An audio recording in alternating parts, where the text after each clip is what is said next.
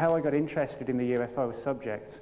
My father used to serve in the RAF, and he's in the audience this morning, and he was a radar mechanic. In September 1952 and 53 respectively, he was stationed at RAF Neatishead in Norfolk and recalled a number of incidents where fast-moving objects were tracked overflying the North Sea, East Anglia and so on. Aircraft were sent up to try and intercept these objects, couldn't get close. This occurred over the space of several days. But for me, the most important fact was that the radar tapes were impounded by the Air Ministry, and those involved were warned or told not to talk about the encounter, and it was best kept under wraps. So this really convinced me of three things. Firstly, I think there's a notion, particularly on the part of the skeptics, that UFOs are only seen by untrained observers and, shall we say, the mentally deranged. That's still, unfortunately, a situation that continues to this day. But it was clear to me, with the evidence of radar mechanics, radar operators, military and RAF pilots and so on, this was clear evidence that UFOs were seen by credible observers, people whose testimony would be considered valid under any circumstances. The fact that the radar tapes were taken to Whitehall and those involved were told not to talk about the encounter, this suggested that whatever the Air Ministry and by definition the British government knew about the UFO subject, it didn't want us, the general public or the media, to know what it had found out. And thirdly, it convinced me that if radar tapes were being taken away and looked at, that somewhere there was a department or departments which were investigating these sightings to try and determine what was going on, what was being seen and so forth.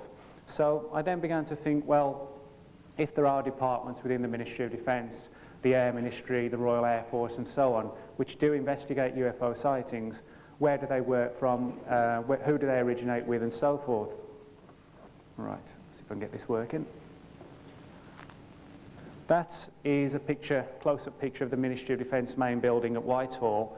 That picture was taken during something called Operation Right to Know several years ago, when demonstrations were held outside the Ministry of Defence to try and get the MOD to release their UFO files, or those which hadn't been released as of that time. Now, like I said, I began looking at the issue of, well, who deals with UFOs, who carries out the investigations, where do they work from and so on. And perhaps naturally the first place to start with is the Ministry of Defence. Now, if any of you here have ever reported a UFO sighting to the MOD, you'll know that there is a public office which deals with UFO reports. This is called the Secretariat of the Air Staff, and it operates out of room 8245 in the Ministry of Defence main building. It's just a small office with a couple of computers and filing cabinets and so on. But the MOD would have us believe that that's where the complete UFO investigations, if you like, of the British government are undertaken from. Well, obviously today we know that the Ministry of Defence are the people who largely within Britain investigate UFO sightings and encounters. But from a historical point of view, I tried to find any evidence to back up the sightings in which my father was involved in at RAF Neatishead and other encounters which I knew had occurred during the same time frame, i.e. the late 1940s to the early 1950s. And I found out upwards of about 15 years ago that a number of UFO reports were housed at a place called the Public Record Office. That's the Public Record Office at Kew. And essentially the Public Record Office is a huge library, but instead of storing books, manuscripts and so on, it's where government departments and agencies such as the Ministry of Defence, the RAF, the Army, the Navy, MI5, even MI6, GCHQ store their records. There are even Home Office records, Civil Service records and so on. So I began going to the Public Record Office, writing to them, trying to access the UFO material which was held there. And upwards of about 10 years ago, there wasn't a great deal of material on the shelves, probably literally somewhere in the order of 20, 30 pages. Fortunately, that situation's now changing, and material is slowly beginning to surface. It's interesting that we're getting a broad spectrum of reports now being released, reports from military pilots, airline pilots, radar personnel, police officers and so forth. So I began looking at the records which had been declassified, those which were being allowed to see, and the first one I came across That's a little bit of a faded and aging document, but I'll brief you on the contents. Essentially, interestingly enough, it dates from September 52, the same time period in which my father's experience occurred. And this is a document written by a guy named John Kilburn, who was a flight lieutenant in the Royal Air Force. And along with 6 other military personnel, he saw a UFO hover over the airfield at RAF Topcliffe in West Yorkshire in September 52 at the height of a NATO exercise called Mainbrace. And obviously all the personnel involved were credible sources, again, people whose testimony would be considered valid under any other circumstances. And they all confirmed seeing this large 40 to 50 foot diameter disc-shaped object hovering over Topcliffe airfield, silver white in colour, descended like a floating sycamore leaf, sort of like that, which hovered for a few seconds before shooting off at high speed. Now, because they were such credible witnesses and they were well trained in knowing what goes on in Britain's skies and so forth, they filed an official report with the Air Ministry, obviously not having seen anything like this before. That is the official report. Are they all in focus, by the way? Or are they out of focus? I think that's all right. That is the official report on the Topcliffe sighting, which was circulated throughout the Air Ministry at the time, September 1952. And again, it gives a broad description of the details of the Topcliffe encounter, the fact that the object was seen hovering over a strategic airfield at the height of a NATO exercise, and so on.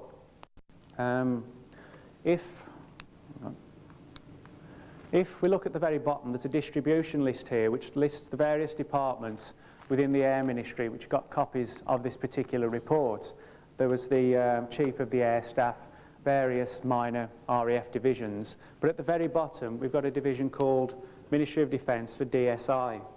DSI is the Directorate of Scientific Intelligence, which during the Second World War carried out investigations of V-1 rockets, V-2 rockets, classified German aircraft and so on.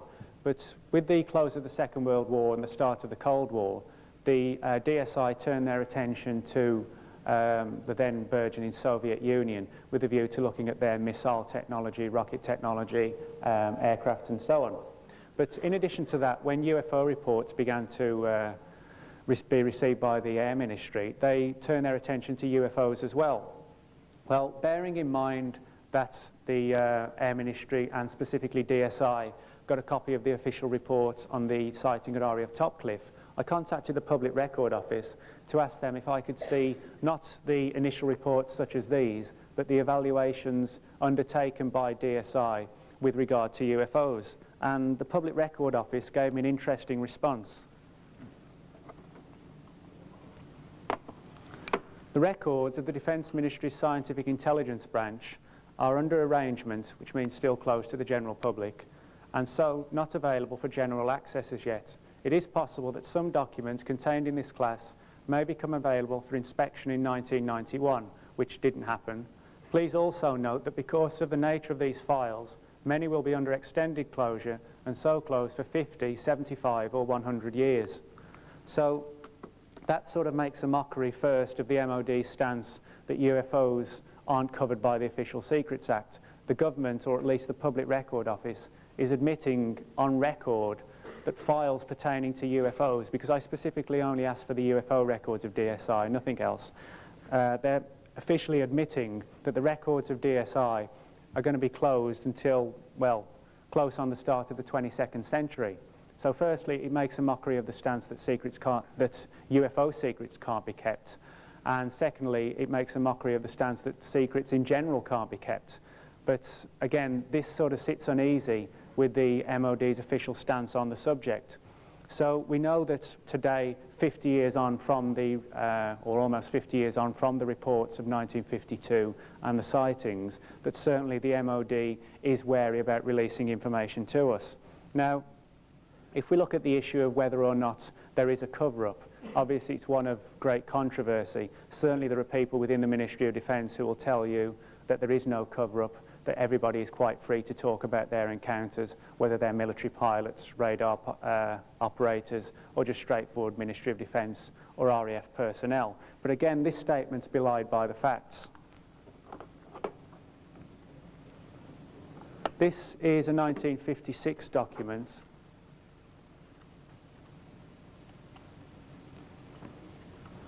A 1956 document titled Reports on Aerial Phenomena, classified secret, which makes a mockery of the MOD's stance that UFOs aren't covered by the Official Secrets Act or aren't even classified.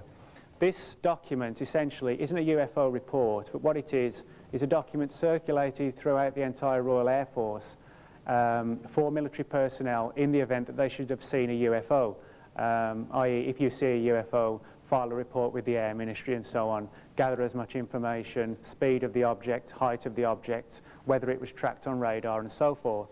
But the most important section of this report is paragraph 3, which states, "It will be appreciated that the public attach more credence to reports by Royal Air Force personnel than to those by members of the public.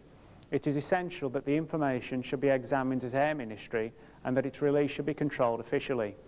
All reports are therefore to be classified confidential, and personnel are to be warned that they are not to communicate to anyone other than official persons any information about phenomena they have observed unless officially authorized to do so." So again, here we've got a situation where the MOD says, no, everybody's quite free to talk about their encounters, yet we know from these files that at least 40 years ago, RAF pilots, radar operators again, and so on, were officially warned in a widely circulated memo not to talk about their encounters. Don't discuss it with your family, don't discuss it with your friends, don't discuss it with the media, just keep all the information strictly in-house.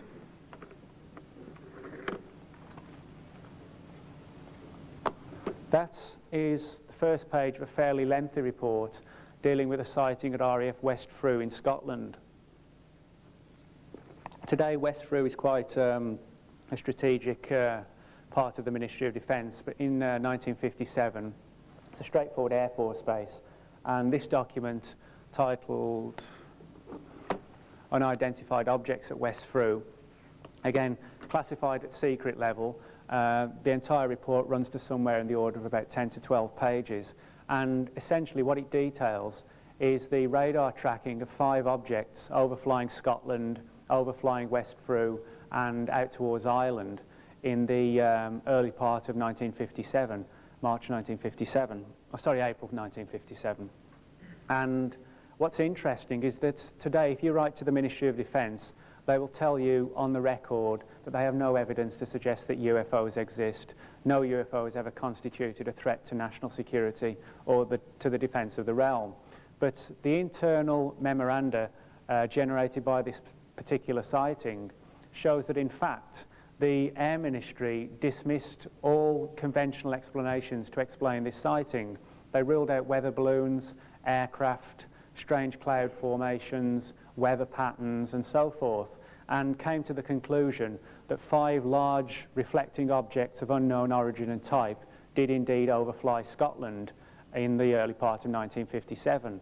And they tapped into the expertise of one of the radar operators, or 2 of the radar operators, who were responsible for tracking the objects. And initially, the radar personnel thought they were tracking sea-going liners because the objects were that big. They were literally the size of something like the QE2.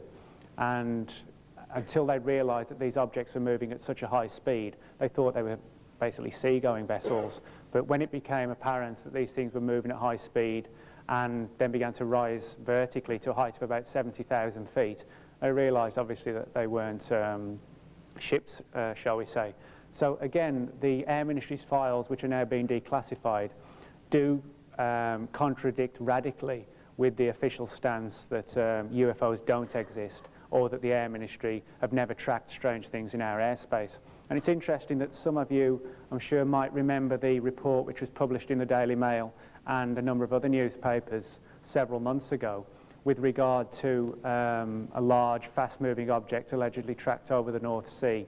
And there was supposedly involvement on the part of the British MOD and the Dutch Air Force. It's a bit of a controversial story, and at this stage nobody really knows what the truth behind it is.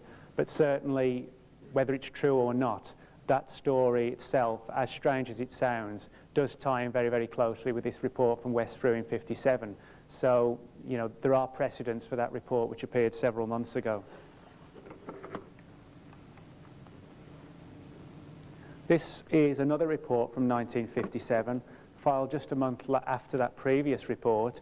As you can see at the bottom, classified secret priority, again circulated to the Air Ministry, and in this particular case it concerns a report from a military pilot who was taking part in something called a practice interception mission. Practice interception mission is where you've got one or more aircraft acting, if you like, as the friendly aircraft, and another aircraft acts as, if you like, the Iraqi fighter or the Russian bomber, and they have a practice dogfight in mid-air, really to train the pilots if they're ever needed to take part in aerial combat. Well, while this interception mission was taking place, one of the pilots reported seeing this large white circular object loom into view. Obviously never seen anything like this before, and again filed a report with the Air Ministry at Whitehall. And again, contrary to what the skeptics would have us believe, this is an official report filed with the Air Ministry by a quality source, i.e. a military pilot. Right. If any of you today ever decide to file a UFO report with the Ministry of Defence, that report will go through two departments, the one I mentioned earlier, the Secretariat of the Air Staff. Well, in addition to the Secretariat of the Air Staff, which operates out of the Ministry of Defence at Whitehall, there are also rumours that classified investigations into UFO activity are undertaken from a place in Wiltshire called RAF Rudloe Manor. Now, in the 1950s, late 40s and late 50s, the scientific and technical intelligence divisions of the Air Ministry did indeed investigate UFO reports such as those we've just seen, and the Ministry of Defence are willing to admit that high-level departments such as DSI and DSTI did investigate these sightings. But what they've said is that by about 1960 they came to the conclusion that there were no UFOs, that it was simply down to misidentification, hoaxes, natural phenomena and so on. This despite the fact that they got numerous reports from their own military personnel. But nevertheless, that was the MOD stance, that UFOs didn't exist. And so what happened was that, according to them, the operations were scaled down, and all the investigations from then on were undertaken by a small office which operates out of Whitehall, which has through the years have been given various names: S6, S4, DS8, and now it's Secretariat Air Staff 2A, or AS2 as some people call it. Well, like I said, in addition to the investigations undertaken by the Secretariat of the Air Staff, it's always been rumoured that Rudloe Manor is the place where the, quote, real investigations are undertaken from, and the Whitehall office is, if you like, simply a front office or a PR office where, which deals with members of the general public and questions and so forth. Let me just check the time. That is an aerial photo of Rudloe Manor. Just points out various bunkers, various air-breathing bunkers which lead underground and so on. Now, on the surface, Rudloe Manor appears to be a straightforward RAF base, but in actual fact it isn't. When the city of Bath was built, the surrounding area around Rudloe Manor was quarried out for what they call bathstone to build the city, and as a result, underneath the entire surrounding countryside there are numerous caverns, caves, tunnels and so on. And what happened is, during the Second World War, the military commandeered all these tunnels and caves and used them as a munition storage area. Well, at the end of the Second World War, Rudloe Manor largely took over jurisdiction of this entire area and had control over the caves, the caverns, tunnels and so on. And recently somebody came forward to state that beneath RAF Rudloe Manor there's an underground complex the size of 12 full-size football pitches. So we're talking about a fairly large complex, to say the least. And again, the rumours suggest that it's within this underground complex at Rudloe Manor that the government's classified UFO investigations are undertaken from. Now, what's interesting is that Rudloe Manor houses a number of significant departments, Amongst those are various satellite communication systems for the military. It's the headquarters of the British government's Defence Communications Network, and it also handles a number of satellite systems for the military which operate not just around Britain but on a worldwide basis. And if there's ever, shall we say, a nuclear attack or a national emergency within this country, then there are provisions for the royal family to be transported to Rudloe Manor. And there are even people who've come forward to say that there's actually a direct line, an underground tunnel from London direct to Rudloe Manor itself, which effectively means that the royal family are going to be saved while the rest of us fry. But that's beside the point. That is just another picture of the manor house itself. There are two Rudloe sites, Rudloe 1 and Rudloe 2, and that's Rudloe Manor, again where it's rumoured that these classified UFO investigations are undertaken from. But in addition to the defence of the communications network and the satellite systems and so on, Rudloe Manor also houses another department called the Provost and Security Services. And in addition with another department, Flying Complaints Flight, these are the two departments which have been identified as the departments which are involved in UFO investigations. Now, it's interesting that the Provost and Security Services are, if you like, the elite of the Royal Air Force. That's come a little bit dark, but that is a page from the handbook of the Provost and Security Services, as you can see at the top, RAF, P&SS, UK, and one of the main areas in which Provost and Security Services officers are trained is in counterintelligence, and that largely centres around Royal Air Force espionage investigations, loss and theft of classified documents. They deal with protecting VIPs who visit RAF stations, straightforward counterintelligence operations, monitoring overseas and foreign aggressive nations, monitoring their Royal Air Force and so forth, such as Iraq and the former Soviet Union. So they really are the cream of the crop within the Provost and Security Services. Now, for years, although these rumours were in circulation about Rudloe Manor and specifically about the Provost and Security Services, they were always denied officially by the Ministry of Defence. The MOD also always stated that no, Rudloe Manor doesn't have any involvement in the UFO subject. It never has had any involvement in the UFO subject, and essentially it's just a big myth put out by conspiracy theorists and paranoid UFO researchers such as me. But that essentially was the MOD's stance. They didn't think much of the, officially at least, they didn't think much of the idea that Rudloe Manor were involved, and they certainly didn't think much of UFO researchers such as myself going around saying that Rudloe Manor were involved. Now, if we go back to the Public Record Office again, in the early part of 1994, the Ministry of Defence, in conjunction with the Public Record Office, declassified 2 files of UFO reports amounting to somewhere in the region of 600 to 700 pages of files. And largely these were reports received by the Air Ministry and the Royal Air Force from members of the general public.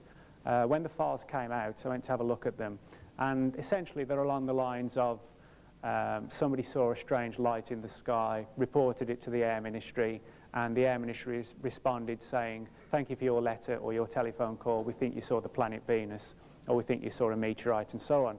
And effectively that is the entire body of the 2 files. Nothing of any great significance in there, except for one particular report, which that is the first page of.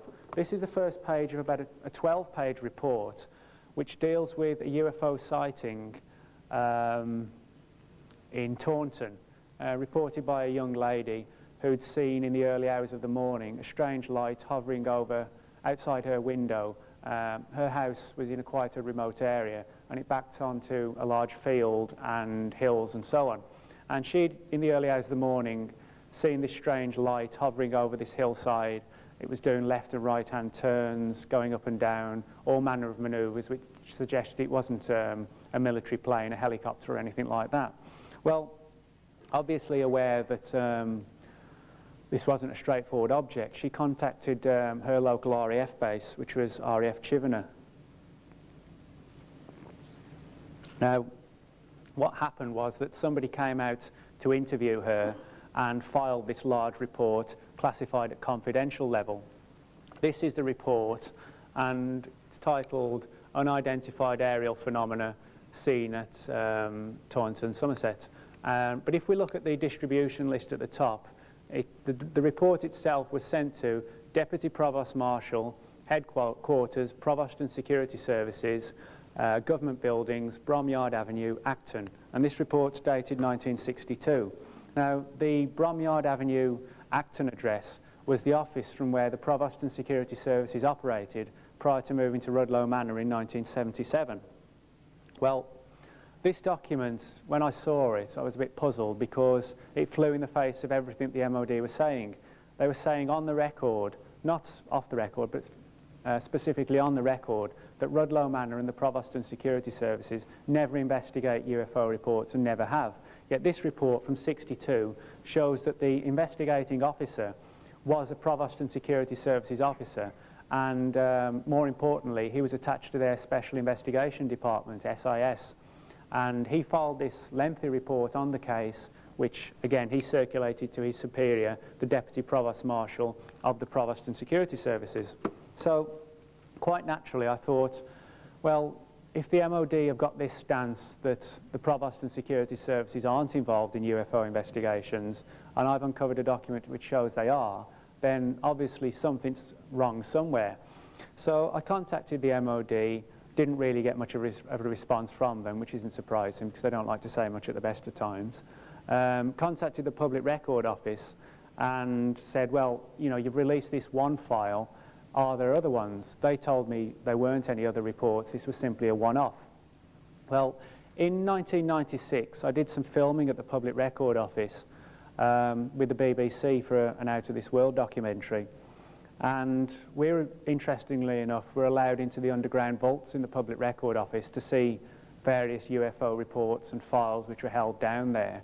And we're allowed to do some filming down there as well and look at the original records. And because this document flew in the face of everything that the MOD was saying, they were saying there was just this one office at Whitehall which investigated sightings. But this report showed that Rudloe Manor and the Provost and Security Services were also investigating sightings. The BBC thought it'd be a good idea to give this document some publicity, which I agreed with. So what we did was to show this particular document on the programme and discuss the rumours about Rudloe Manor and the Provost and Security Services. Well, shortly after the programme was broadcast, I was contacted by a number of friends in the UFO field and said, can you give me the reference number of the file so we can go down to the Public Record Office and have a look at the records for ourselves.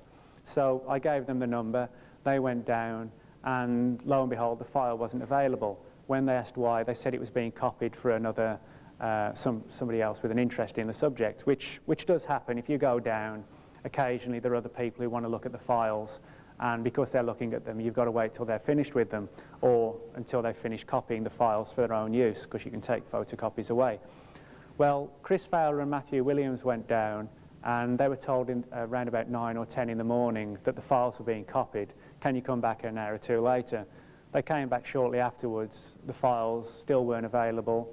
They came back about 2 or 3 in the afternoon, still weren't available. Can you come back the next day? So the following day they turned up and again got the runaround that the files were being copied, that other people wanted to look at them and so on. Well, Chris and Matthew weren't satisfied with this and instead went direct to one of the supervisors at the Public Record Office and said, look, we've been here 2 days, all we want to do is look at this file, and we're being given the runaround basically. And she made a number of checks and found out that in fact the file wasn't being copied for another interested party and wasn't being looked at. In actual fact, a note had come down from a specific division in the Ministry of Defence ordering the Public Record Office to remove the file from the shelves and return it to the MOD with the utmost haste. Now, like I said, most of the file, most of the 600 pages, is simply made up of reports of lights in the sky from members of the public. The only report of any significance, or the only document of any significance, is this one, which identifies a previously unknown department of the MOD's involvement in the subject. So that suggests that was the reason why the file was pulled from the Public Record Office.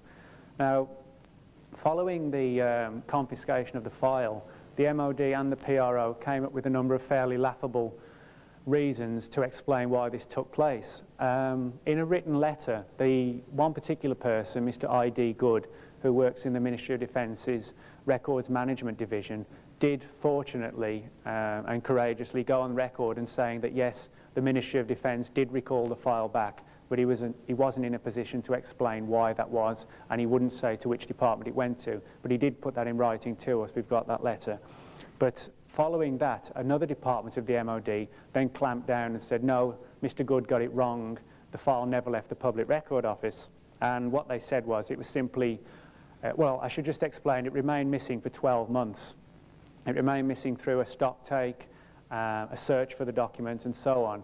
And it only resurfaced when fairly pointed questions were asked in Parliament by a Welsh MP, Wyn Jones. And lo and behold, within 48 hours of his questions, the document was back on the shelves at the Public Record Office. So this suggested fairly strongly that what had happened was that the file initially had been declassified by mistake, because certainly the MOD never had any intention of revealing that Rudloe Manor were involved in UFO investigations. And when it became clear that somebody had, if you like, made a major mistake and had put this file on the shelves for us all to look at, that there were either two decisions: either leave it there and grit the teeth and hope that the whole controversy died down, or remove the file. Now, I think they took the wrong step. They removed the file because that just added weight, even more weight to the controversy, and just whipped things up even more. But nevertheless, they did remove it, and it's now back on the shelf again. But what's interesting is that I recently tracked down the witness involved in this particular case, and she told me that when the guy from the Provost and Security Services turned up to investigate her sighting, he arrived in a black car, old black car, and knocked on the front door. She opened the door, and there was the guy stood there, not in an RAF police uniform, but dark black suit, black tie, black briefcase, and so on, if you like, a typical man in black. She invited him in, and he carried out this high-level investigation which involved him visiting her premises on 3 occasions, staying up till the early hours of the morning with her, looking out of the window, waiting for this object to appear. And on one occasion, he did see it because it came back on a number of nights.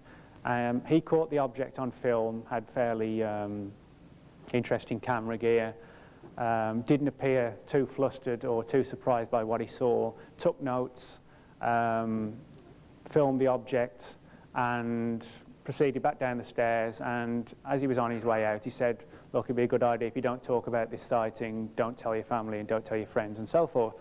So this is, if you like, a typical Men in Black report. For those who aren't aware of the situation, since the early 1950s there have been reports of Men in Black activity, guys going around in black suits, black cars, black sunglasses, warning people not to talk about their UFO encounters if they want to see the light of day. Again, although I'm convinced that many of the Men in Black reports are genuine and valid, one of the problems is that largely people don't have backup evidence to support their claims. Now, that doesn't mean they're lying. In most cases, I certainly don't think they are. It just means the Men in Black have covered their tracks very, very well. But in this case, the witness had the backup evidence of this particular document. So I feel now that the document wasn't just removed from the Public Record Office because it identified Rudloe Manor and the Provost and Security Services as being involved in investigations, but it also identified the origin of the Men in Black in Britain, i.e. Rudloe Manor and the Provost and Security Services. Now, if we turn to this chap, who some of you may recognise, that is Nick Pope, the so-called Fox Mulder of the Ministry of Defence. Not. Like I said, the official stance of the Ministry of Defence today is that all investigations into UFOs initially are undertaken from the office in which Nick Pope worked. the Secretariat of the Air Staff. Well, there's a major problem with that particular stance. When I questioned Nick Pope, first time I met him in 1994, about the rumours surrounding Rudloe Manor and surrounding the Provost and Security Services, he told me he was fully aware of the rumours. He knew all the stories about classified investigations at Rudloe and so on, but he felt the stories were simply myths, a self-perpetuating myth put out by UFO researchers, if you like. Well, that was okay because that document hadn't surfaced at the time and I hadn't seen it, so unfortunately then I couldn't question him about it, but at least it was worth getting on record his testimony regarding his views on Rudloe Manor itself. And I also brought up the issue of the men in black. What did he think about them? And he said, well, they're simply Walter Mitty characters in the UFO field who like to dress up in black and run around the country playing at James Bond and warning UFO witnesses not to talk about their encounters. And again, he's entitled to his own opinion. So that was his stance on the subject. But when this particular document turned up, it flew in the face of everything that he was saying. He allegedly was the focal point for UFO reports between 91 and 94. Now, when this document surfaced concerning the Provost and Security Services, the Rudloe Manor couldn't really deny that they did have some involvement in the subject. Now, what they're saying officially on the record now is that they didn't investigate sightings, but they acted as a coordination point from where all RAF bases around the country would send in UFO reports. Rudloe Manor would bundle them into one package and send them on to Whitehall. Now, Nick Pope told me on the record that he never got to see any reports from Rudloe Manor, packaged or otherwise, and he had no knowledge, certainly, that Rudloe Manor acted as the official coordination point for the Royal Air Force with regard to UFO sightings. So this strongly suggested that Nick Pope was completely out the loop. He genuinely did not know about Rudloe Manor. I feel that if he was part of some conspiracy to mask the stories about Rudloe Manor, he'd have done a far better job than he did do. So he was certainly kept out of the loop with regard to that scenario. Now, with regard to his stance on the men in black, if you like, that they're simply members of the UFO research community dressing up in black, going around the country and investigating sightings and warning people not to talk about their encounters because they think it makes them feel important and James Bond-like. I think that's frankly doing a disservice to those of us in UFO research who spend a lot of time investigating cases.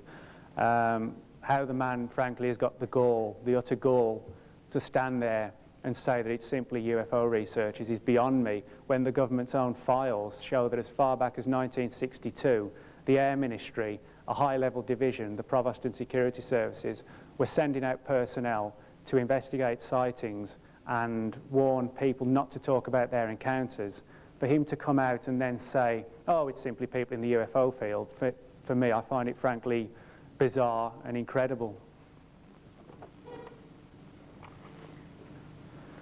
Right, if we move on away from Rudloe Manor, away from the Provost and Security Services, and onto the crop circles, I'm sure there probably isn't anybody in the room who isn't aware of what a crop circle technically is. I think there's perhaps a notion on some people's part to believe that crop circles are a relatively recent phenomenon, maybe the last 10, 15 years, 20 at the most. Well, it's interesting that the MOD and the RAF do have on record reports of crop circle type phenomena dating back to at least the early 1960s. This is one particular report filed with the Air Ministry by a vicar who lived in Cumbria in 1964. And he filed a letter with the Air Ministry concerning a strange circular flattened area of ground found on farmland, which sounds very much like a crop circle, in 64, which was seen in conjunction with a strange column of blue light. Now, he was sufficiently concerned to contact the Air Ministry with this particular letter, which states, "Dear sirs, does an apparent column of blue light about 8 feet in diameter and about 15 feet high," hang on, let me just focus that a bit more.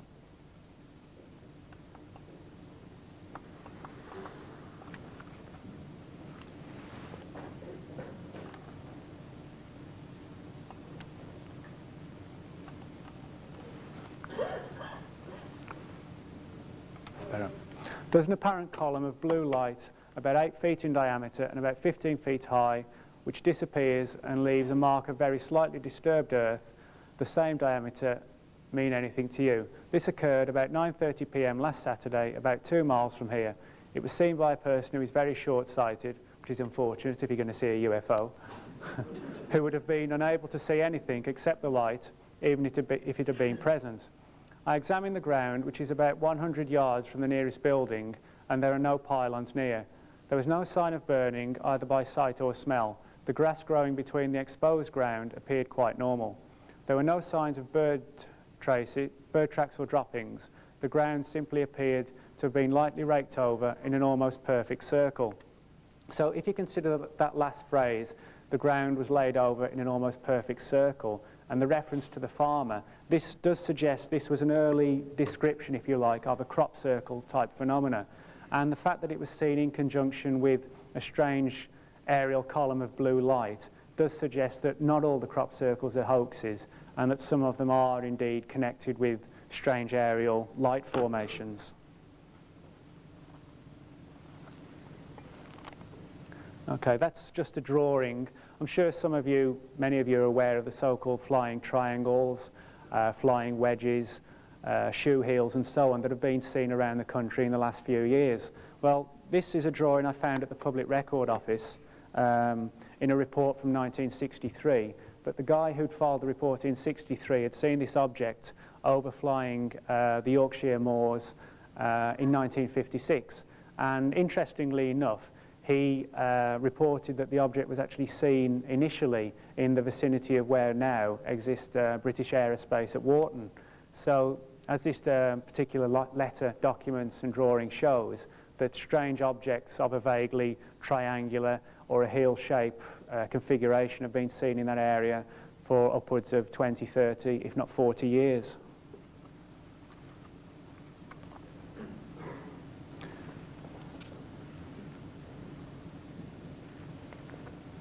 Right, something else which the Ministry of Defence are fond of telling us is that they're only interested in reports of UFO sightings which occur in Britain. That's to say, if something intrudes upon British airspace, they'll have a look at it, and if it constitutes a threat to the defence of the realm or national security, then they'll take it further. To date, the Ministry of Defence have said that they've never received a UFO report which constitutes a threat to the defence of the realm or infringes upon national security. Now, I would disagree with that statement. The fact that 5 objects the size of the QE2 were tracked over flying Scotland in '57, if that isn't a threat to the defence of the realm, I don't know what is, but that is the MOD's stance on the subject.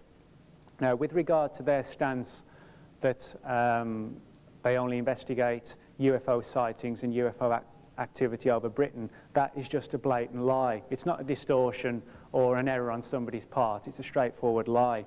And again, it's belied by official documents. This document is page 1 of a 44-page document, which didn't surface at the Public Record Office, but was declassified by the American Defense Intelligence Agency a couple of years ago. And it doesn't concern a UFO sighting, but what it concerns is a UFO conference, very much like this one, held in China in 1992. Now, the situation is, for those who don't know, the American defense community and intelligence community regularly monitor UFO conferences, put people in the audience, basically to listen to what's been spoken about and to report back to their superiors, and more often than not, an official file put together on the conference, on the speakers and so on. So it might be a good idea to have a look at the person sitting next to you, see if anybody's taking notes. But that's the first page anyway of a 42-page document, sorry, 44-page documents. And if we look at the distribution list, you've got the Secretary of State, Washington, D.C., the CIA, Washington, D.C., the Australian Intelligence Service, the US Navy at Pearl Harbor, also Wright-Patterson Air Force Base, all sorts of different departments who are on the distribution list, not for a document on UFO sightings, but just simply a conference like this one today. But if we look down the list, we've also got MOD UK London DIS, which is Ministry of Defence United Kingdom London Defence Intelligence Staff. Now, the Defence Intelligence Staff, again, is an elite division of the Ministry of Defence, completely separate to the one in which Nick Pope worked.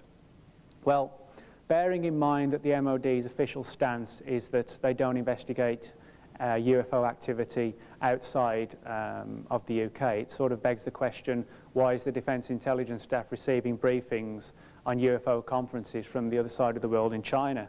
And it's a question which the Defence Intelligence Staff won't answer, and I don't blame them, because they simply tie themselves up in knots.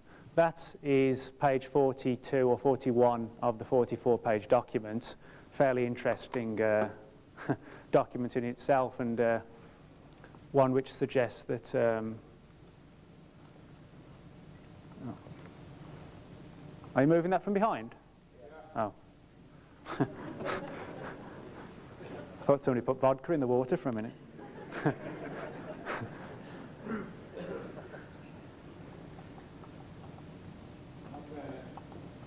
Hang on, it's a little bit out of focus. That's got it. Certainly, the American government like to employ the use of black markers, and whoever makes the black markers in America, they're certainly never going to go out of business. But that briefly gives a background description on various aspects of the conference. China Unidentified Flying Object Organization hosts national conference in Beijing. The organization hopes at the conference that China will be selected to host the first World UFO Conference, which is scheduled for 1993. More than 300 Chinese researchers are attending the conference. Another interesting report. To study reports of flying saucers, or FIDI, in China. About 5,000 UFO sightings have been reported in China over the past 20 years. So again, this begs the question, why is the Ministry of Defence receiving briefings, not on sightings, but on UFO conferences in China? Again, it's one we can't get answers for. But what I did, again, was to approach Pope and get his opinion on this particular document. Did he get to see it? Now, Pope told me that when he was in the Ministry of Defence Division, Air Staff 2A, which allegedly, supposedly, is the focal point for UFO reports on the MOD's part, he served there from 91 to 94. That document was dated 1992, and he confirmed to me on the record that it bypassed his office. He didn't get to see it. So again, it makes a mockery of the MOD's stance that the Secretariat of the Air Staff is the focal point for all UFO reports. It isn't, and documents such as that one, which have surfaced by the American government, prove that it isn't the focal point for UFO activity. It's simply one of a number of offices. Now, again, talking about Pope, the MOD billed him, if you like, as the Fox Mulder of the Ministry of Defence. Well, by Pope's own admission, during his entire 3 years of investigating UFO reports, he never once left the office, his little office, to investigate a sighting. He would either sit at his computer and write letters to people who'd seen things, or if it was a really interesting report, he would send it up the chain of command, and it would be looked at by radar experts, photographic experts, and so on, to try and determine what was seen. Now, I would say that the real Fox Mulder, if you like, would be someone who'd be running around warehouses at 2 o'clock in the morning with a torch, and so forth, like in the X-Files, but not someone who sits in an office 8 hours a day writing letters to members of the general public.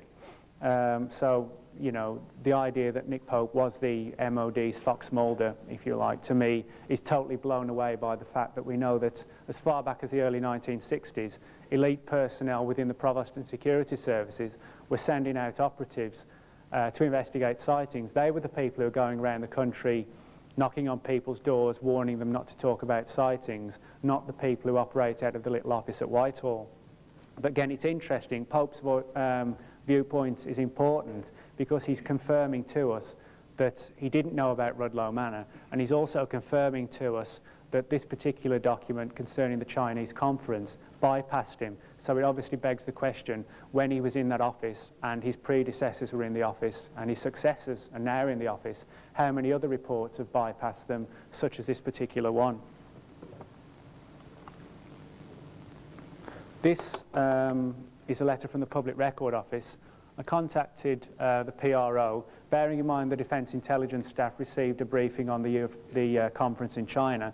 I said to the Public Record Office, well, can I see some of the records of the Defence Intelligence staff to see what sort of UFO investigations they've carried out over the years? And again, they gave me an interesting response. The records are currently retained. Now, retained means classified, because they contain information relating to the security and intelligence services and are obviously highly sensitive. Now, Pope himself is quite free to talk about the sort of UFO work he undertook when he was serving in the air staff. He's even written 2 books, one of which dealt with his 3-year term investigating UFO reports on behalf of the MOD. Yet the reports of the Defence Intelligence staff are still considered classified. Now, just recently, myself and Matthew Willigams, who runs Truth Seekers magazine, began to look at, or try and look at things from a different point of view. Instead of just looking at the UFO reports, we began to make a listing of all the various people mentioned in the released files at the Public Record Office concerning UFOs.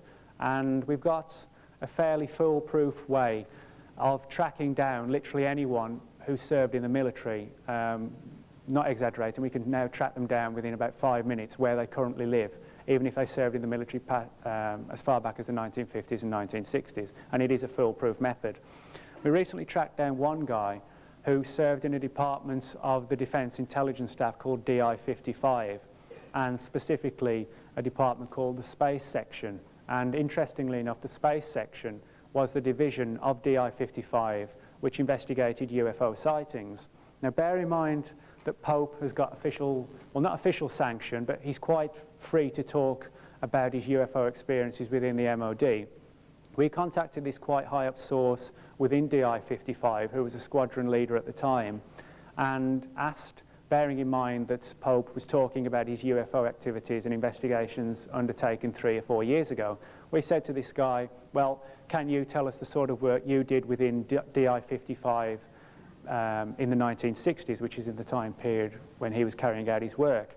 And he didn't tell us that, no, he didn't want to talk to us, or he was having an off day and he didn't feel like it. He said he was unable to tell us any details of the sort of work, UFO work, that he undertook during that division upwards of 30 years ago.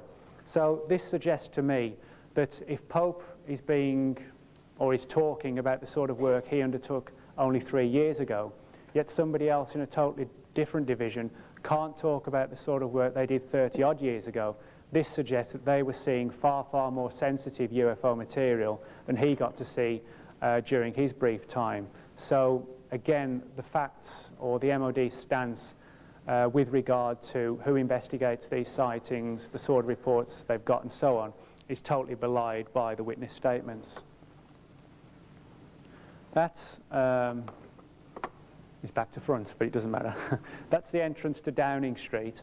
Now, you might imagine that elected Prime Ministers such as Tony Blair, John Major and so on, and elected members of Parliament would receive some form of briefing on the UFO subject if they asked about it. You could say that, okay, I'm just a member of the general public, and well, governments aren't going to tell us anything anyway, which is fair enough. But you would imagine that at least members of Parliament would learn something about the subject. Well, somebody who did ask a number of questions about UFO sightings, about investigations undertaken by the MOD, was a guy named Martin Redmond, who has unfortunately passed away now. Martin Redmond was an MP, and he raised the issue of the involvement, that's not Pope, is it? He raised the issue of the involvement in the UFO subjects on the part of the Defence Intelligence staff, the people who are receiving the briefings on overseas UFO conferences. And naturally enough, he knew enough about the subject to know that the official position was that there was this public office at Whitehall which investigated sightings, but he also realised that the Defence Intelligence staff were far more involved than the public departments. And again, he raised the issue, is the Defence Intelligence staff involved in the investigation of UFO reports? And he was told by Nicholas Soames MP, It has been the policy of successive governments not to provide information on the functions of individual intelligence branches when this discloses the more recent nature of their duties. So basically, even Martin Redmond, an elected MP, wasn't allowed to know the sorts of things which the Defence Intelligence staff had learned with respect to the UFO subject, or indeed any subject. Now, he also raised the issue of MI6 and GCHQ involvement in the UFO subject, and again he got the brush off, this time from Malcolm Rifkind. In my reply to your parliamentary question asking if I would list by month for each of the past 10 years and this year to date the number of occasions that MI6 has monitored unidentified flying object investigations, I promised to write to you shortly. I also promised to reply to a similar question originally put to the Secretary of State for Defence with respect to GCHQ, for which I have ministerial responsibility.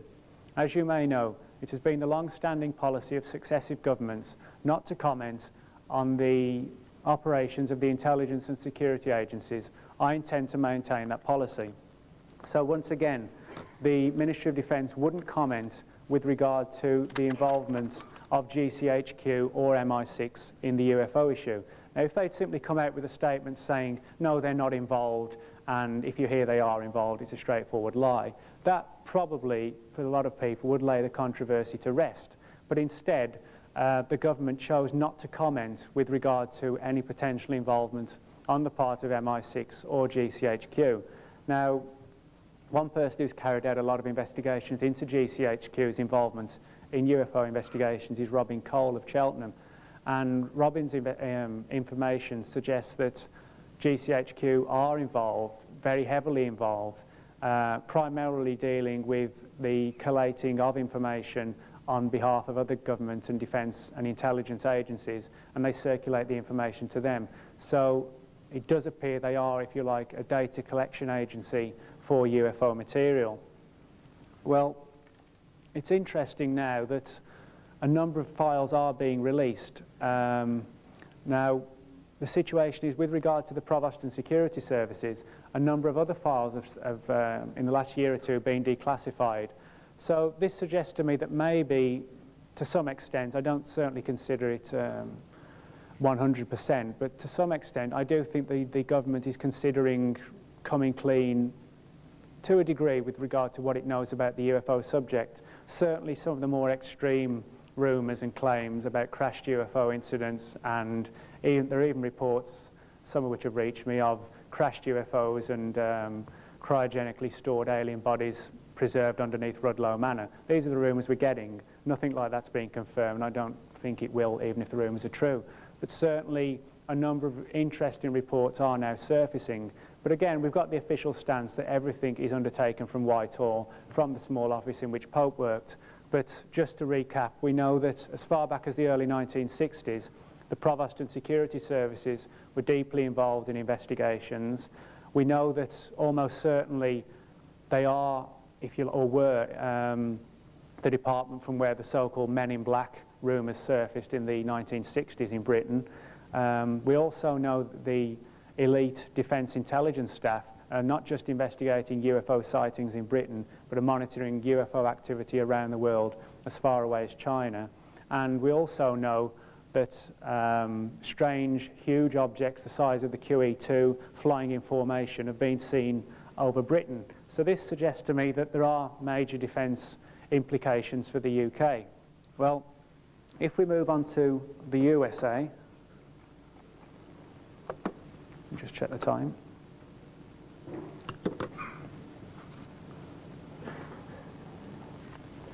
That is the FBI headquarters at Washington, D.C. Now, I'm sure at some point all of you will have watched the X-Files, which concerns the fictional investigations into UFO and paranormal issues undertaken by two agents of the FBI, namely Mulder and Scully. Well, what you may not be aware of is the fact that for decades the real FBI has been deeply implicated in the UFO subject, to the extent that it's built up an astonishing number of all too genuine X-Files dating back to the late 1940s and covering everything from, well, pretty much everything you see on the X-Files: alien abductions, claims of contact with aliens, crashed UFO incidents, weird cattle mutilation cases and so on. But where do we start? Well, in July 1908, Charles J. Bonaparte, who was the Attorney General under President Theodore Roosevelt, created a force of special agents within the Department of Justice, which ultimately evolved into one of America's most respected law enforcement agencies, namely the FBI. Now, I'm pleased to at least say that the FBI have been far more forthcoming and open with their UFO files than have the Ministry of Defence, and they certainly haven't given us the runaround to the extent that the MOD have. But if we look at the FBI, its primary function is law enforcement, which involves interstate crime, terrorism within the US, drug trafficking and so on. But with the passing of the American Freedom of Information Act, the FBI was obliged to make public literally thousands and thousands of files, and it's shown that they've actually investigated far more areas, people, departments, cases and so on, beyond simple and straightforward law enforcement incidents. Files which are now declassified and available for inspection at the FBI reading room at Washington, D.C. show that they've investigated all manner of things: the Kennedy assassination, Marilyn Monroe, Elvis Presley, Errol Flynn, Burgess and Philby and McLean, the spy ring. They even monitored the first or only tour by the punk band the Sex Pistols to America. So they've had their hand in all sorts of pies. But as far as UFOs are concerned, their involvement dates back to 1947. That's J. Edgar Hoover, the boss of the FBI until his death in 1972. And it's interesting that Philip Corso, who served on Eisenhower's National Security Council and who recently died, said he had a number of meetings with Hoover, and Hoover tried to get to the bottom of the rumours surrounding the Roswell incident. Certainly the FBI weren't briefed about what happened at Roswell, and Hoover, feeling that if there are any secrets kept from him, then he had a right to know, questioned Corso quite closely about what he knew about the Roswell incident and about these rumours of strange bodies being found in the desert and so on. That guy is Kenneth Arnold. Kenneth Arnold was a pilot who, on June 24, 1947, saw a fleet, if you like, of 9 elliptical-shaped objects overflying the Cascade Mountains in Washington. And he didn't describe the objects as being flying saucers. What he said was that the objects would fly like saucers would if you skim them across water. But some enterprising journalists picked up on this and coined the term flying saucers. Well, in addition to Arnold's sighting, the US military, which at the time was a combined Army Air Force, began to receive numerous UFO reports from all manner of sources: military pilots, airline pilots, radar operators and police, pretty much like the situation in Britain. And really the military didn't really know what was going on at the time, and so they approached the FBI and said, can you give us a hand in investigating these sightings? Can you evaluate some of the witnesses and track them down, see if they seem honest, or are they trying to put across propaganda, or are they possibly Soviet intelligence agents trying to disrupt military communication channels? That is the earliest documents concerning the FBI's involvement in the UFO subject, and it's dated July 1947, titled at the top, Flying Discs, and it gives us the following information. Brigadier General George Shulgin of the Army Air Corps Intelligence has requested that the FBI cooperate with Army Air Corps in connection with the above captured matter, namely flying discs, which is one of the alternative names given to UFOs at the time. General Shulgin indicated that he desired to assure Mr. Hoover of complete cooperation in this matter and stated that he would issue instructions to the field directing that all cooperation be furnished to the FBI and that all discs recovered be made available for the examination by the FBI agents. So again, July 1947, we got rumours about, quote, discs recovered, very much like the Roswell incident. General Shulgin inquired by the method by which the Bureau would make the information obtained from the Bureau's inquiries known to the Air Corps. And essentially what happened was that the Bureau and the Air Force, or the Army Air Force, came to a decision that yes, they would both get together and investigate UFO sightings, track down witnesses and so forth. But again, there was as much dissent, if you like, and difference of opinion within the FBI with regard to the origin of the sources as there probably is amongst the UFO research field today. Some people within the FBI felt that UFOs were interplanetary or interstellar spacecraft. Others felt that they were classified projects being undertaken by the US military as a result of captured German technology, whilst others felt that they were something being built by the Soviet Union with a view to bombing America, shall we say. And again, this is reflected in this particular document. Sorry.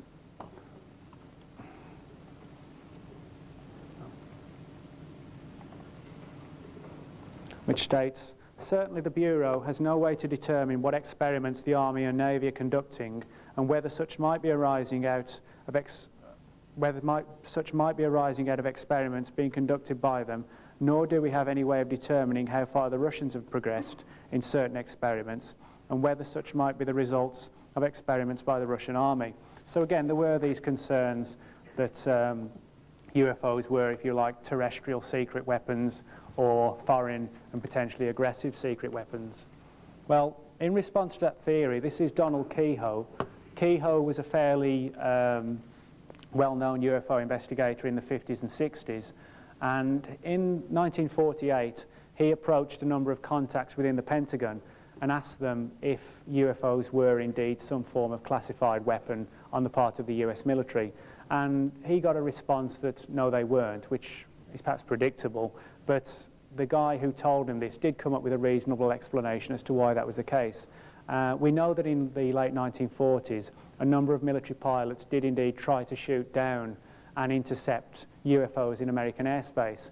And the argument given to Keogh was that there was no way that the US military would order its own pilots to shoot down state-of-the-art aeroforms, if you like, which were still on the test board. Certainly, should the Russians have got their hands on classified American technology, that could possibly have been disastrous. So the idea really that the Americans would have ordered their own pilots to shoot on their own experimental aircraft is frankly ludicrous. So I don't really hold with the idea that the UFOs seen in the late 40s were some form of classified military object, nor do I believe that they were Russian, predominantly because if the Russians were flying objects that could travel at high speed, do left and right hand turns at 3,000 or 4,000 miles an hour, I think the Cold War would have probably turned very rapidly into a hot one. Right, in the early 1950s, the FBI got involved in something called Project Twinkle.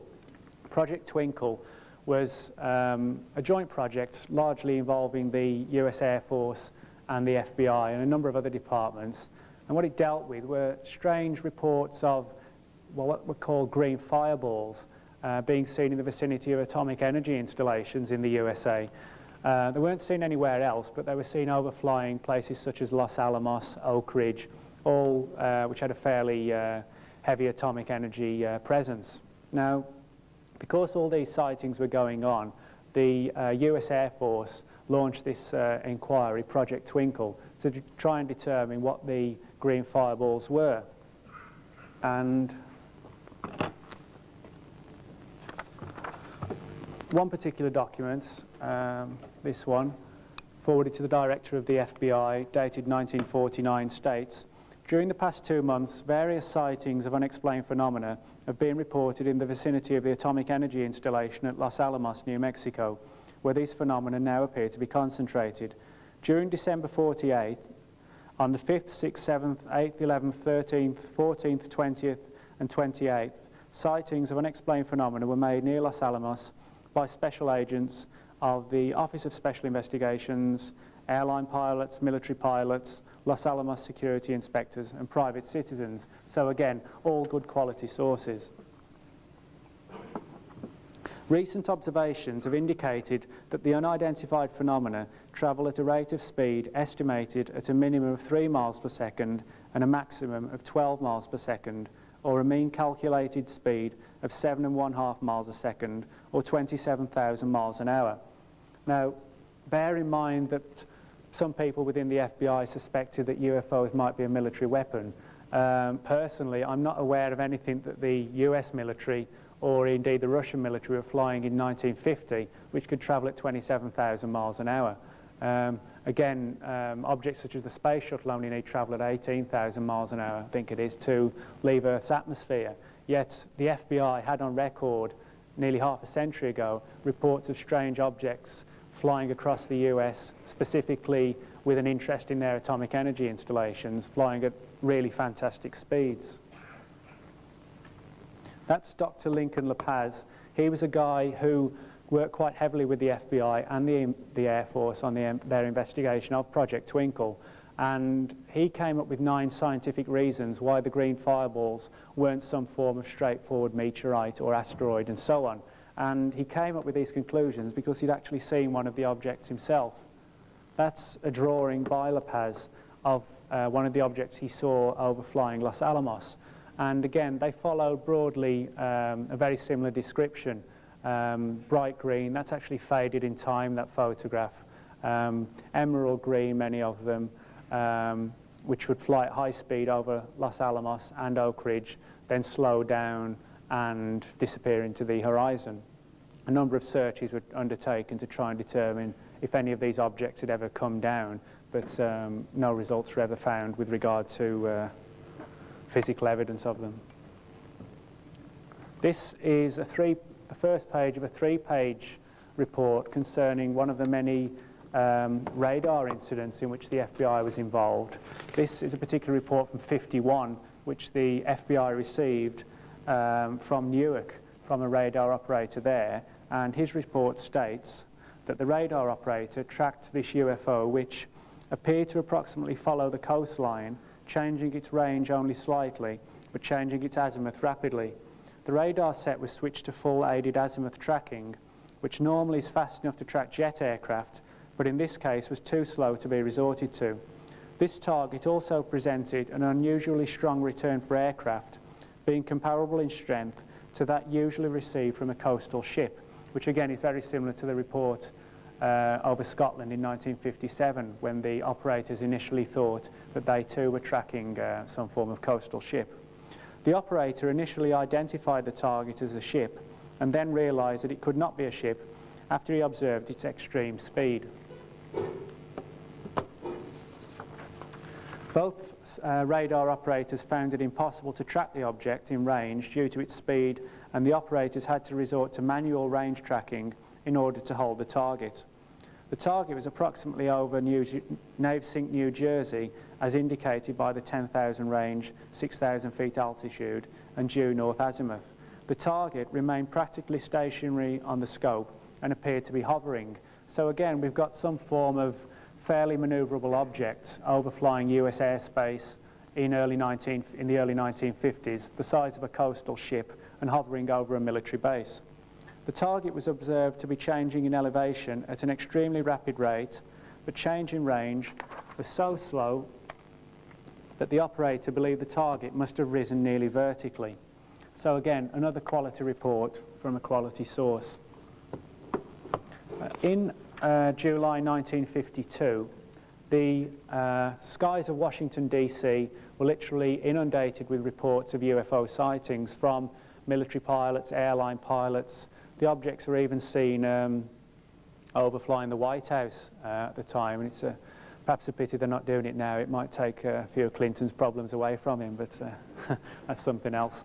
But anyway, military pilots, airline pilots, radar operators and so on were seeing these strange objects in the vicinity of Washington, and this is one of the radar operators actually plotting the movements of the UFOs as they approach Washington, flew around the Capitol and so on. Well, J. Edgar Hoover, because he was aware that there was a genuine UFO phenomenon, whatever its point of origin, approached the Air Force and asked for an updated briefing on the Air Force's conclusions with regard to UFO sightings and the sort of information they'd found out. That's the first page of a 3-page report which states that Mr. N.W. Philcox, the FBI's Air Force liaison representative, made arrangements through the Office of Major General Sanford, Director of Air Intelligence, regarding the present status of air intelligence research into the numerous reports regarding flying saucers and flying discs. Air Force research has indicated that the sightings of flying saucers goes back several centuries. Now, again, everybody thinks that flying saucers started with the Kenneth Arnold sighting, yet the FBI's own records show that the Air Force had determined that sightings went back, quote, several centuries. Where did they get this information from? Certainly it's not in the declassified files, that much is certain. Commander Boyd stated that these reported sightings of flying saucers are placed into three classifications by air intelligence. One, those sightings which are reported by citizens who claim they've seen flying saucers from the ground. And the Air Force largely discounted most of those reports. Well, we know that most UFO sightings can be explained in rational terms. But the second category, sightings reported by commercial or military pilots. These sightings are considered more credible by the Air Force, inasmuch as commercial or military pilots are experienced in the air and are not expected to see objects which are entirely imaginative. 3. Those sightings which are reported by pilots and for which there is additional corroboration, such as recording by radar or sighting from the ground. Commander Boyd advised that this latter classification constitutes 2 or 3% of the total number, but they are the most credible reports received and are difficult to explain. And he continued, he advised that it is not entirely impossible that the objects sighted may possibly be ships from another planet such as Mars. Now, I suppose today it's fairly quaint to imagine that Mars is the home of the UFOs, but certainly that was something discussed at a very high level and at a very serious level by the FBI and the Air Force in the early 1950s. And again, it's supported by the FBI's own files, which fortunately they've chosen to release to us. Commander Boyd received or gave 2 briefings to the FBI on the UFO subject, and specifically on the Washington sighting, and added an interesting fact that other reports had been received as well. He cited a Colonel Young, also attached to the Air Force, who came along to FBI headquarters and gave an additional briefing, stating that a Navy photographer, while travelling across the US in his own car, saw a number of objects in the sky which appeared to be flying saucers. He took approximately 35 feet of motion picture film of these objects. He voluntarily submitted the film to Air Intelligence, who had it studied by the Air Technical Intelligence Center. Experts, after careful study, believe that as many as 12 to 16 flying objects were recorded on this film, that the possibility of weather balloons, cloud or other explainable objects has been completely ruled out, and that they are at a complete loss to explain this most recent creditable sighting. So again, on the one hand, we had the Air Force at the time stating that there was no credible evidence to back up the idea that UFOs existed, yet behind the scenes, in high-level liaison between the Air Force and the FBI, there was a great deal of concern shown by the fact that the Air Force were receiving numerous UFO reports through official channels from highly credible sources. This is Bob Dean, controversial guy with a controversial story to tell about NATO's alleged involvement in UFO investigations in the early 1960s. I don't want to get involved in that too much, beyond saying that Bob Dean says that one of the conclusions that NATO came to was that amongst the races or species, if you like, of aliens visiting the Earth, one was very much like the human race, if not identical to it. And he said on a number of occasions that these people could sit next to you in a restaurant and you wouldn't be able to tell them from a straightforward human being. Well, in the 1950s and 1960s, numerous people throughout the US in particular claimed contact with human-like aliens who desired an end to the arms race and said that we should all join together as a united world and so on. These people became known as the contactees, and 2 of the most well-known contactees were George Adamski and George Van Tassel, both of whom claimed contact with human-like aliens. Well, because, again, it sounds bizarre, but because many of the contactees were stating that they were told that the aliens had, quote, a communist-type government and desired an end to the arms race, Hoover, J. Edgar Hoover of the FBI, who was fairly paranoid about communism and so on, ordered that his agents should investigate and survey the various contactees, to the extent that George Adamski's FBI file is just under 100 pages in length, and George Van Tassel's amounts to just under 200 pages. That's George Van Tassel, claimed contact with aliens out in the deserts in California in the 1950s. That's a background report filed or put together by 2 FBI agents in Los Angeles in 1954, again giving background for Hoover on the sort of things which Van Tassel was coming out with. Relative to spacemen and spacecraft, Van Tassel declared that a year ago last August, while sleeping out of doors with his wife in the Giant Rock area at about 2 a.m., he was awakened by a man from space. This individual spoke English and was dressed in a grey one-piece suit, similar to a sweatsuit, in that it did not have any buttons, pockets, and noticeable seams. So again, you know, it sounds like the X-Files, but these really are FBI agents going around investigating claims of people who said they were in face-to-face contact with aliens. That is the first page of, again, a document concerning a UFO conference, pretty much like this one. But once again, it deals with George Van Tassel. He gave a lecture in 1960 at the Phipps Auditorium. And once again, FBI agents were in the audience, noting his every word.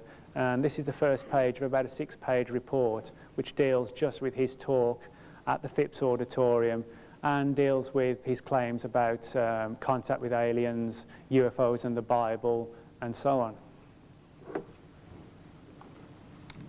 That's George Adamski, the other most heavily investigated contactee by the FBI. I don't agree with a great deal of what Adamski says, and I don't put much stock in a lot of his photographs, but that's not the point. The point is that the FBI was sufficiently concerned by his claims about alien contact to investigate the guy at a very, very high level. That's one of his photographs of a purported UFO, but whether it is or not, I don't know.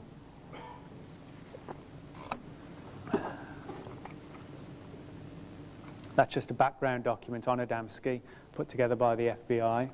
Now, when we talk about credible witnesses to UFO activity, this report dates from 1956, and it's interesting that the witness to this particular encounter was actually in the employ of the FBI and was described in the document as being, quote, one of our best employees. As you can see, there are various parts where the FBI has blanked out the witness's name, but whoever did that was obviously in a bit of a hurry, and they missed one particular piece, and it identifies the witness as a Miss Richards in the employ of the FBI at Washington, D.C. And she was driving to North Carolina with her boyfriend in the early hours of the morning when they saw, as the document states, the pair was startled by what appeared to be a round, low-flying object coming directly towards the car.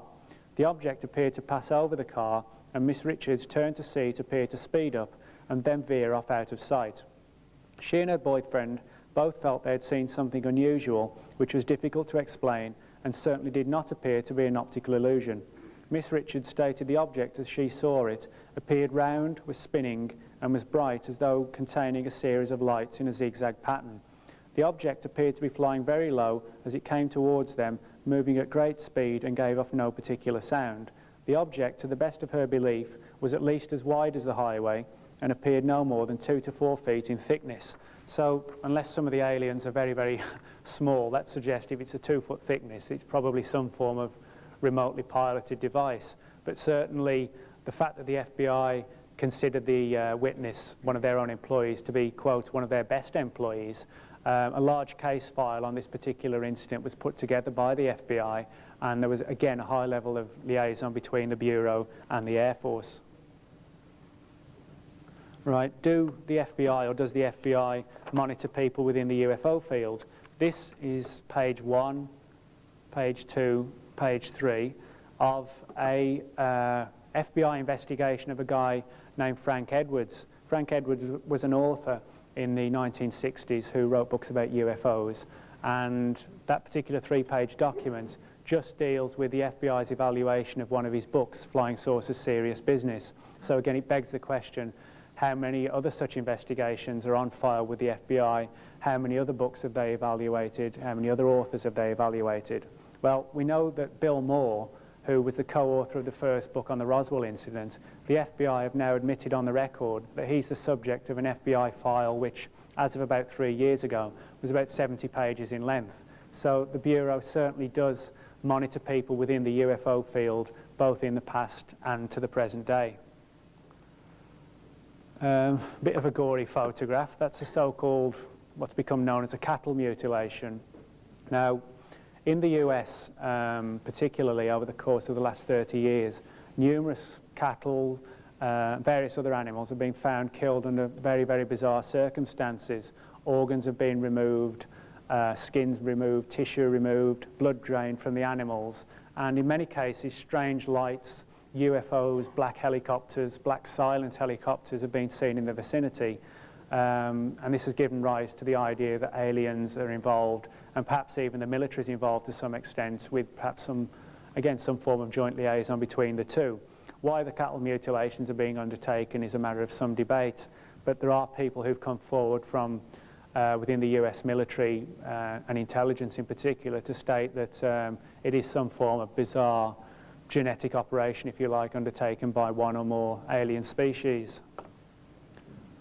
That is a close-up picture, as you can see, eyeball removed, skin removed from the face of the animal and so on. It's a bit grisly, but you know, there are, shall we say, disturbing aspects to the UFO subjects, and I think it's important that we don't simply look at the good points which the UFO subject might offer. If there are bad points and there are disturbing points, then it's no good burying our heads in the sand. We need to look at the full picture and determine if these people or these creatures are friendly, hostile or indifferent, and I think, at least to the animal kingdom, they're fairly hostile. That's, let me just discuss one report for you. I think we're running out of time, so I'll wrap this up pretty quickly. This is an official report filed with the FBI by the New Mexico State Police. And again, it sounds like science fiction, but this is an official report to the Bureau from the police. Investigations continued around the area where the mutilated cattle was found and revealed that a suspected aircraft of some type had landed twice, leaving 3 pod marks positioned in a triangular shape. The diameter of each pod was 14 inches. Tracks of the cow showed where she had struggled and fallen. The small tripod tracks were all around the cow. Other evidence showed that grass around the tripods, as they followed the cow, had been scorched. Also, a yellow oily substance was located in 2 places under the small tripods. This substance was submitted to the state police lab. The lab was unable to detect the content of the substance.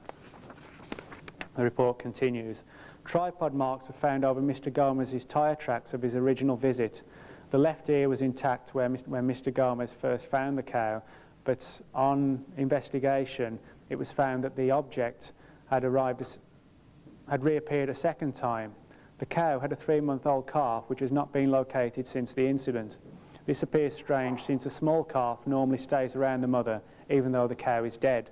So again, a bit of a grisly report. But it's not just cattle mutilations which have occurred. It's also been rumoured that so-called human mutilation of events have taken place.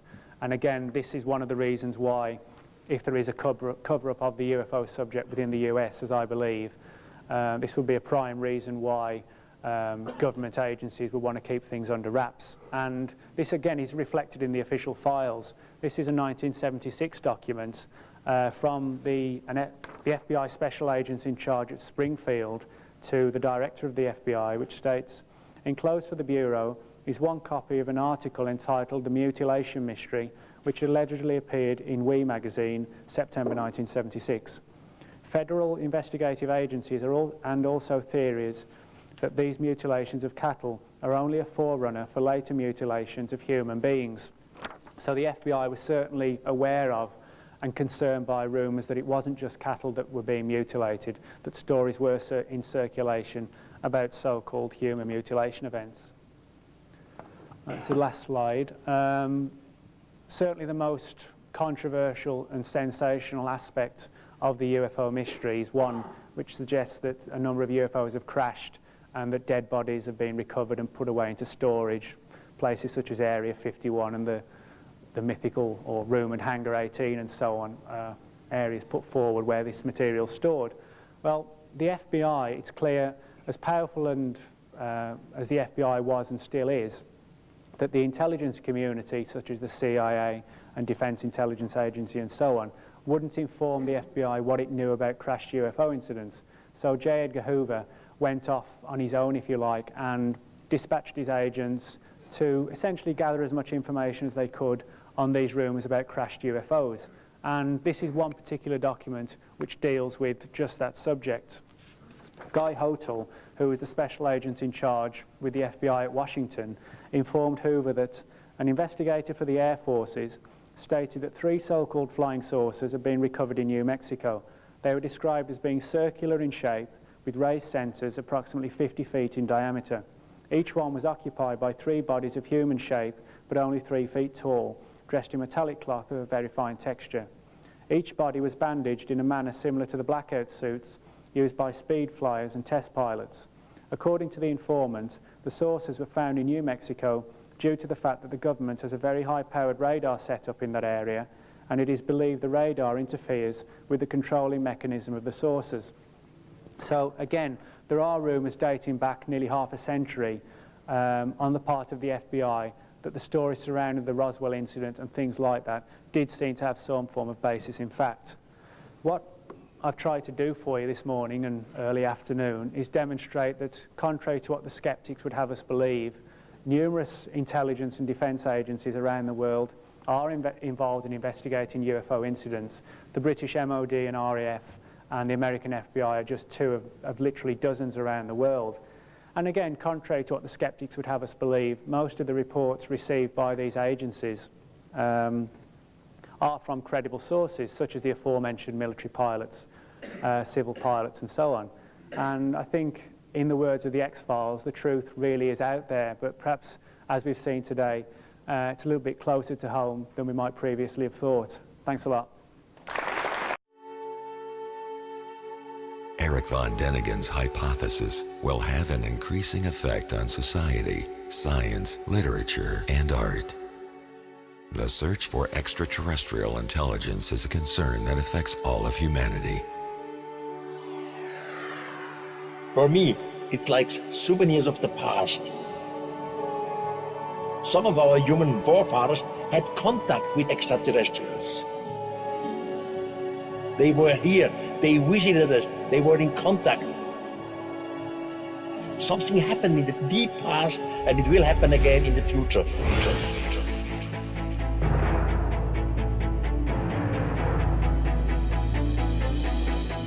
The author of the sensational international bestseller and the most compelling non-fiction publication of all time is back in London for the first time in 25 years to celebrate Chariots of the Gods' 50th anniversary. Eric von Däniken Legacy Night. In this 2-hour special, you are invited to share with Eric his most influential discoveries and revelations. Learn about his incredible life journey as an author and researcher. Meet the team behind the highly anticipated Chariots of the Gods 360-degree entertainment franchise. Eric von Däniken Legacy Night, live streamed from the Princess Anne Theatre, BAFTA 195, Piccadilly, London, October 15th, 2016. For more information and to purchase tickets, please visit zoharstargate.com.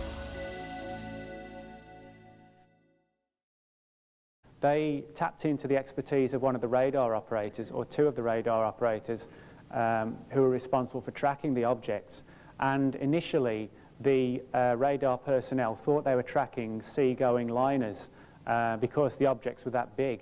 They were literally the size of something like the QE2. And until they realized that these objects were moving at such a high speed, they thought they were basically sea-going vessels. But when it became apparent that these things were moving at high speed and then began to rise vertically to a height of about 70,000 feet, they realized obviously that they weren't ships, shall we say. So again, the Air Ministry's files, which are now being declassified, do contradict radically with the official stance that UFOs don't exist, or that the Air Ministry have never tracked strange things in our airspace. And it's interesting that some of you, I'm sure, might remember the report which was published in the Daily Mail and a number of other newspapers several months ago with regard to a large, fast-moving object allegedly tracked over the North Sea and there was supposedly involvement on the part of the British MOD and the Dutch Air Force. It's a bit of a controversial story, and at this stage nobody really knows what the truth behind it is. But certainly, whether it's true or not, that story itself, as strange as it sounds, does tie in very, very closely with this report from West Frew in '57. So, you know, there are precedents for that report which appeared several months ago. This is another report from 1957, filed just a month after that previous report. As you can see at the bottom, classified secret priority, again circulated to the Air Ministry, and in this particular case it concerns a report from a military pilot who was taking part in something called a practice interception mission. Practice interception mission is where you've got one or more aircraft acting, if you like, as the friendly aircraft, and another aircraft acts as, if you like, the Iraqi fighter or the Russian bomber, and they have a practice dogfight in mid-air, really to train the pilots if they're ever needed to take part in aerial combat. Well, while this interception mission was taking place, one of the pilots reported seeing this large white circular object loom into view. Obviously never seen anything like this before, and again filed a report with the Air Ministry at Whitehall. And again, contrary to what the skeptics would have us believe, this is an official report filed with the Air Ministry by a quality source, i.e. a military pilot. Right. If any of you today ever decide to file a UFO report with the Ministry of Defence, that report will go through two departments, the one I mentioned earlier, the Secretariat of the Air Staff. Well, in addition to the Secretariat of the Air Staff, which operates out of the Ministry of Defence at Whitehall, there are also rumours that classified investigations into UFO activity are undertaken from a place in Wiltshire called RAF Rudloe Manor. Now, in the 1950s, late 40s and late 1956 document titled Reports on Aerial Phenomena, classified secret, which makes a mockery of the MOD's stance that UFOs aren't covered by the Official Secrets Act or aren't even classified. This document essentially isn't a UFO report, but what it is a document circulated throughout the entire Royal Air Force for military personnel in the event that they should have seen a UFO, i.e. if you see a UFO, file a report with the Air Ministry and so on, gather as much information, speed of the object, height of the object, whether it was tracked on radar and so forth. But the most important section of this report is paragraph 3, which states, "It will be appreciated that the public attach more credence to reports by Royal Air Force personnel than to those by members of the public. It is essential that the information should be examined as Air Ministry and that its release should be controlled officially. All reports are therefore to be classified confidential, and personnel are to be warned that they are not to communicate to anyone other than official persons any information about phenomena they have observed unless officially authorised to do so." So again, here we've got a situation where the MOD says no, everybody's quite free to talk about their encounters, yet we know from these files that at least 40 years ago RAF pilots, radar operators again and so on, were officially warned in a widely circulated memo not to talk about their encounters. Don't discuss it with your family, don't discuss it with your friends, don't discuss it with the media, just keep all the information strictly in-house.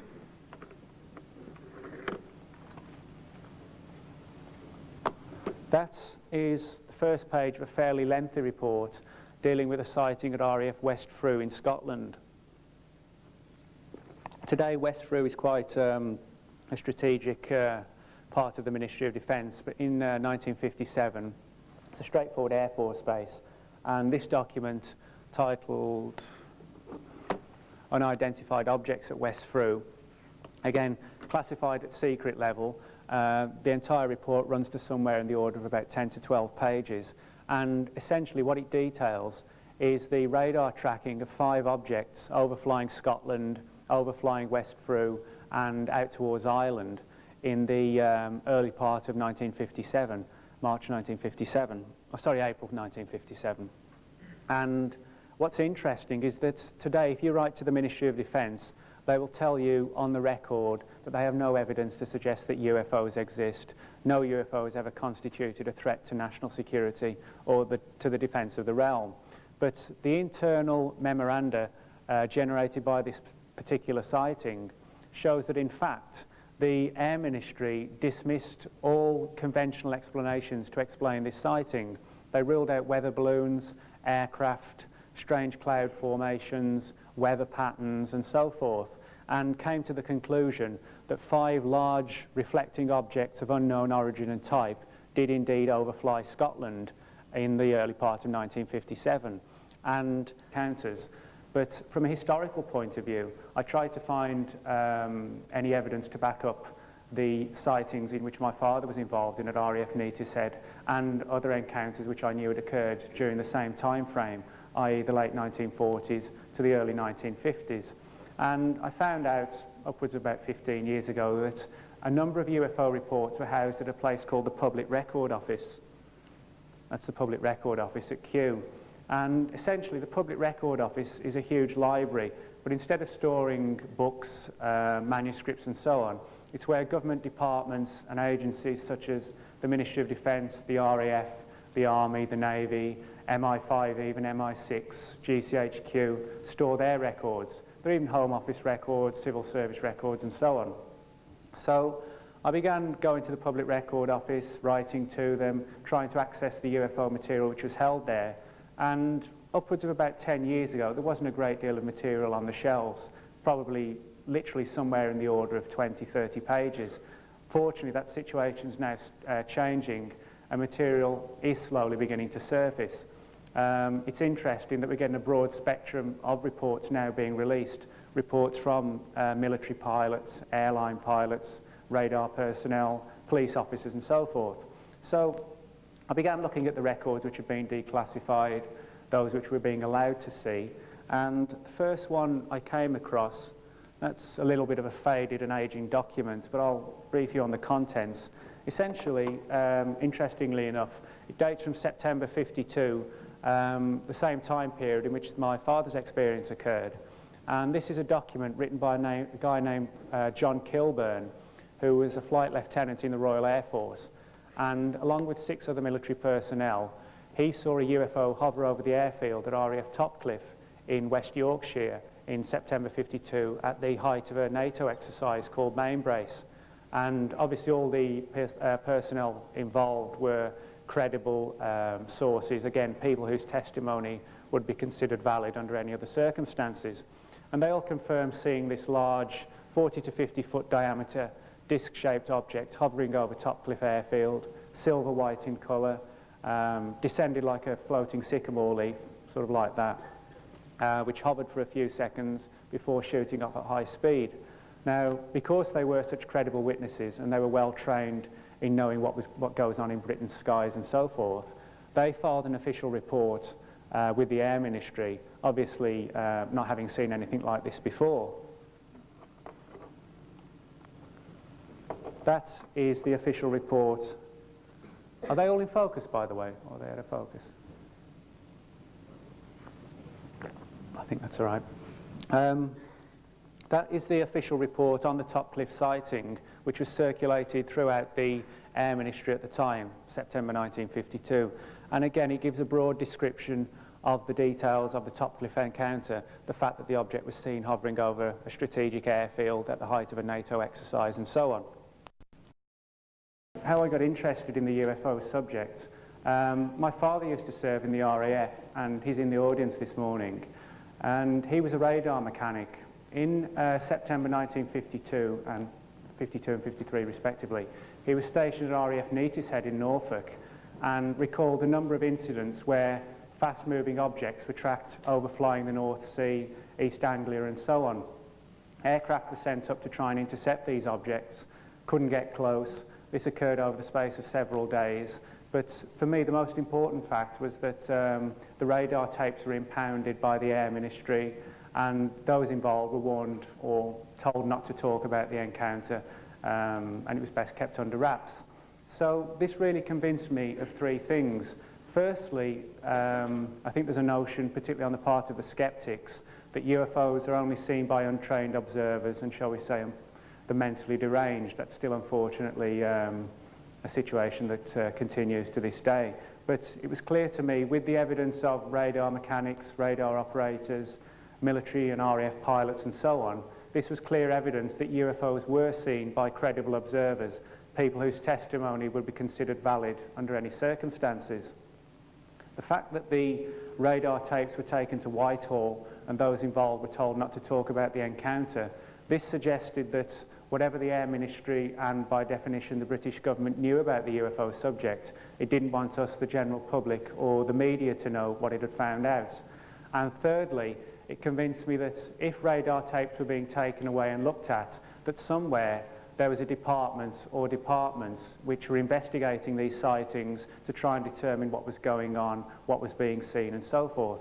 So I then began to think, well, if there are departments within the Ministry of Defence, the Air Ministry, the Royal Air Force and so on, which do investigate UFO sightings, where do they work from, who do they originate with and so forth. Right, let's see if I can get this working. That is a picture, close-up picture of the Ministry of Defence main building at Whitehall. That picture was taken during something called Operation Right to Know several years ago, when demonstrations were held outside the Ministry of Defence to try and get the MOD to release their UFO files, or those which hadn't been released as of that time. Now, like I said, I began looking at the issue of, well, who deals with UFOs, who carries out the investigations, where do they work from and so on. And perhaps naturally the first place to start with is the Ministry of Defence. Now, if any of you here have ever reported a UFO sighting to the MOD, you'll know that there is a public office which deals with UFO reports. This is called the Secretariat of the Air Staff, and it operates out of room 8245 in the Ministry of Defence main building. It's just a small office with a couple of computers and filing cabinets and so on. But the MOD would have us believe that that's where the complete UFO investigations, if you like, of the British government are undertaken from. Well, obviously today we know that the Ministry of Defence are the people who largely within Britain investigate UFO sightings and if we look at the very bottom, there's a distribution list here which lists the various departments within the Air Ministry which got copies of this particular report. There was the Chief of the Air Staff, various minor RAF divisions, but at the very bottom we've got a division called Ministry of Defence for DSI. DSI is the Directorate of Scientific Intelligence, which during the Second World War carried out investigations of V-1 rockets, V-2 rockets, classified German aircraft and so on. But with the close of the Second World War and the start of the Cold War, the DSI turned their attention to the then burgeoning Soviet Union with a view to looking at their missile technology, rocket technology, aircraft and so on. But in addition to that, when UFO reports began to be received by the Air Ministry, they turned their attention to UFOs as well. Well, bearing in mind that the Air Ministry and specifically DSI got a copy of the official report on the sighting at RAF Topcliffe, I contacted the Public Record Office to ask them if I could see not the initial reports such as these, but the evaluations undertaken by DSI with regard to UFOs. And the Public Record Office gave me an interesting response. The records of the Defence Ministry's Scientific Intelligence Branch are under arrangement, which means still closed to the general public, and so not available for general access as yet. It is possible that some documents contained in this class may become available for inspection in 1991, which didn't happen. Please also note that because of the nature of these files, many will be under extended closure and so closed for 50, 75 or 100 years.